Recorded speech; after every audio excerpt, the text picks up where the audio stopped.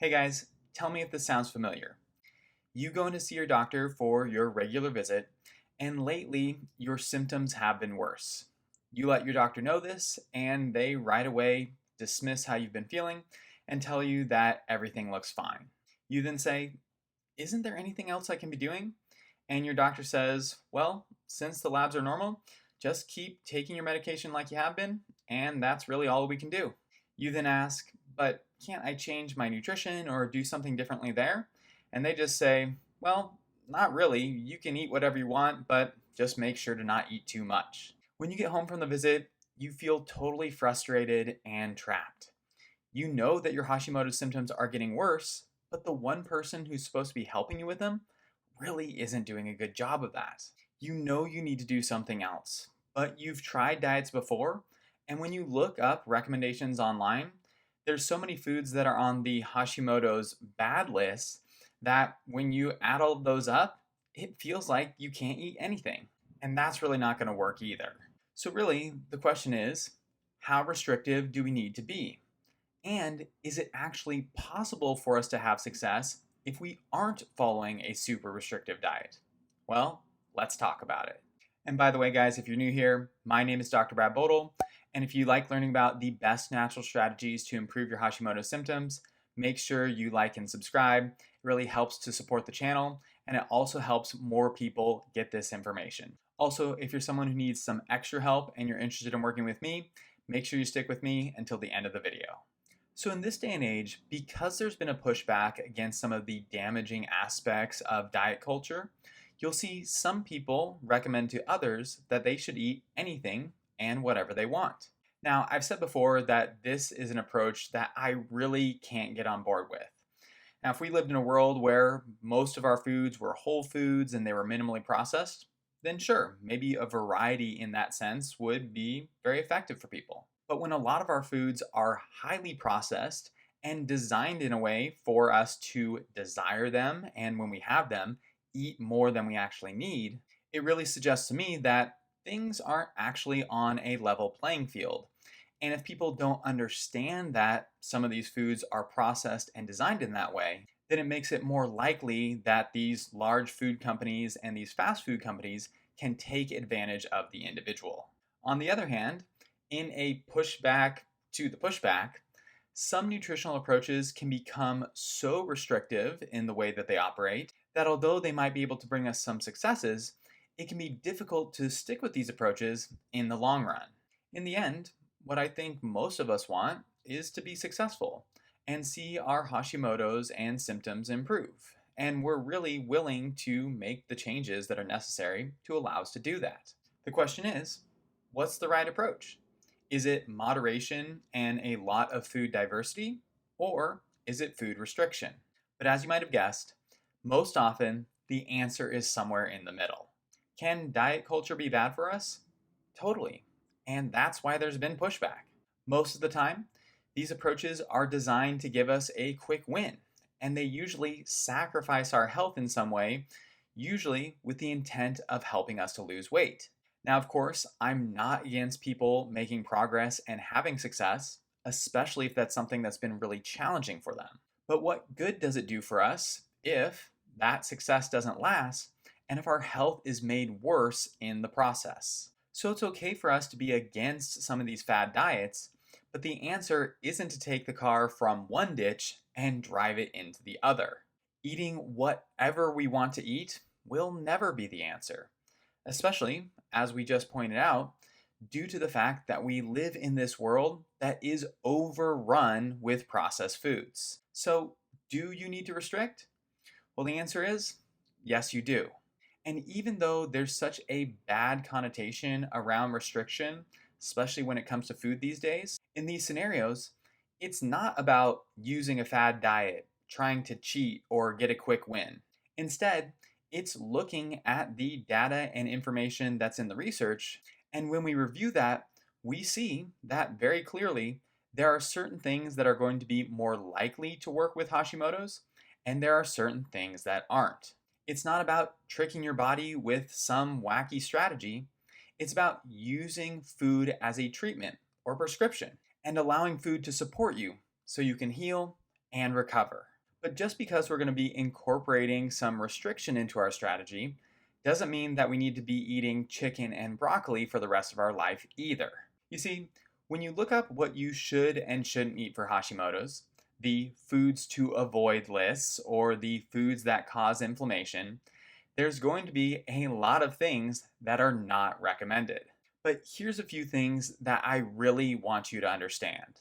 Everyone with Hashimoto's is going to be a little bit different in terms of what types of nutrition plan serves them the best. And a food that could be a total disaster for one person might not be any sort of issue for the next. One person might have Hashimoto's, but they might also have IBS.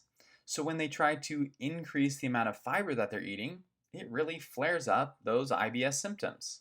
Another person might have Hashimoto's, but they also had their gallbladder removed.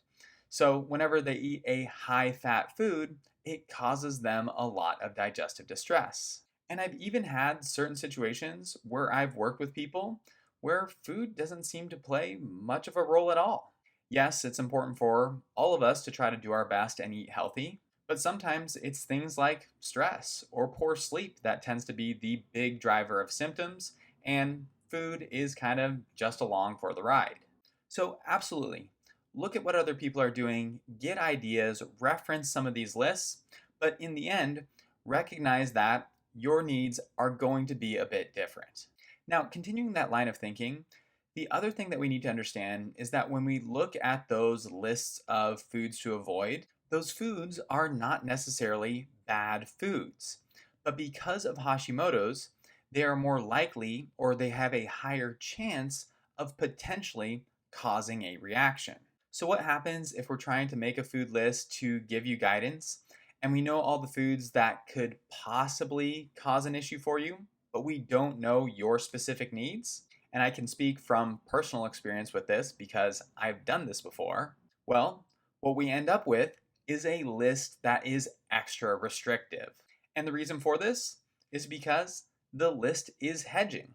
We don't really know what the individual needs, and almost without a doubt, they aren't going to have problems with all of those foods on the no list. But in an attempt to help you and in an attempt to not miss anything, that list tends to hedge towards being overly cautious. And sometimes the thought process is, well, if we can get you feeling better, then we can always figure out the details down the line.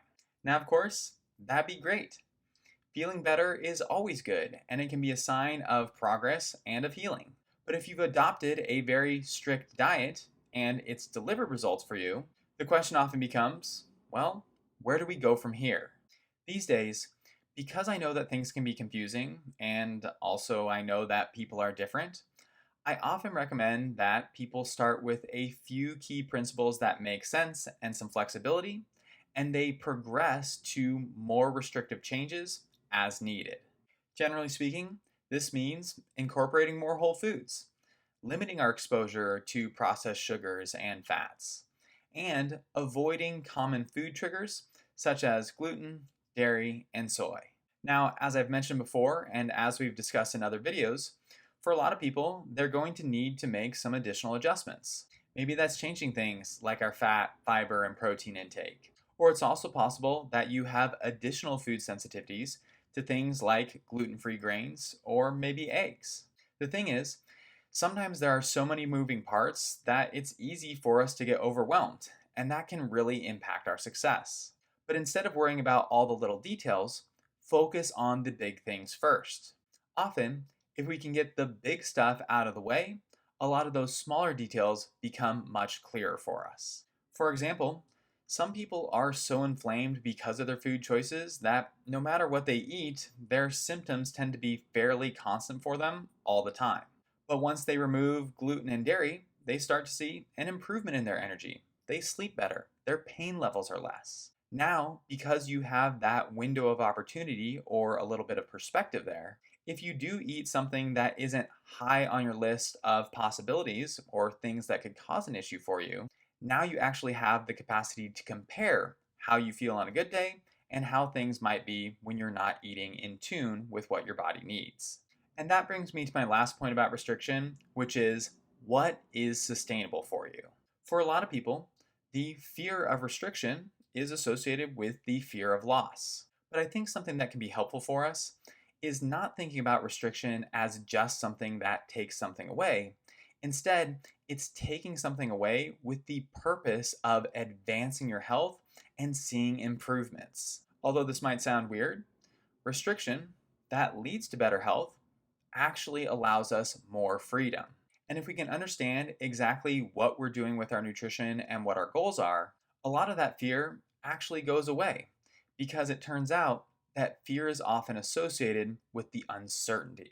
However, if you have made changes, seen improvements, but you're feeling as though your diet is a little too restrictive for you, it's also okay for you to experiment with food reintroduction and an increased amount of flexibility. As I always like to say, addressing autoimmunity is about improving tolerance. And if we're healing, our tolerance for food should go up. Now, that doesn't mean that once we heal, we'll be able to eat anything that we want, but the amount of tolerance that you have at the beginning of your journey and the amount of tolerance that you have after you've made changes is going to be a lot different. If you want to trial a reintroduction of a certain food, I recommend eating 2 to 3 servings of that food for a period of 3 days in a row. Doing so allows you to load your system and challenge it, and that can help you to clearly understand what your response is going to be. If the response is good or bad, that's okay. Yes, it may flare up symptoms if it's not a good fit for you at this time, but all the work that you've put in up to this point doesn't go away. Your body will certainly reset and recover, and likely that will happen much faster than before when you were feeling more poorly. But if the food works well for you, great. Feel free to incorporate it in your more expanded and new approach. The key here is that we are gaining information. And the better that you can understand how you feel with certain foods and how your body and system responds, the easier it is for you to navigate the world that we live in and make decisions around your food based on your own preferences and your own goals.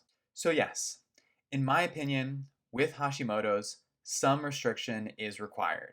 But I also believe that we can balance that restriction in a way that is sustainable, consistent, and allows us to achieve our goals when it comes to improving our Hashimoto symptoms. But as I said before, I know that restriction can be a touchy subject, so I'd love to hear your thoughts and feel free to leave me a comment. Additionally, if you're someone who is tired of leaving your doctor's office without any help or direction, you're exhausted and frustrated by the fact that your Hashimoto symptoms aren't getting better, and you know that there's things that you can do naturally and with your nutrition to help these areas, but you just don't know what that should look like, well, this is exactly what I do, and these are the types of situations that I help with. If you're interested in working with me, I have an online course called Natural Hashimoto's Transformation, where I help women with Hashimoto's who aren't getting any help from their doctor and they continue to be fatigued and exhausted. In the course, I'll help you to understand your Hashimoto's and give you a clear plan of action. That way you know exactly what to do when it comes to nutrition, exercise, supplements, and more. That way you can get your energy back, start feeling like yourself again, and get back the freedom that you can get from having a healthy life.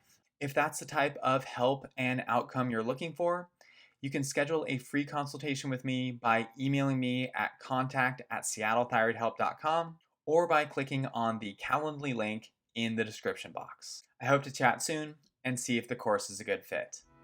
But that's it for this one. I love you guys. Continue to make great changes and continue to take care of yourself. Remember, if you did like the video, don't forget to like and subscribe and click on the bell for new videos every Thursday. But my name is Dr. Bodle. I hope you have a great rest of your week, and I will see you in the next one.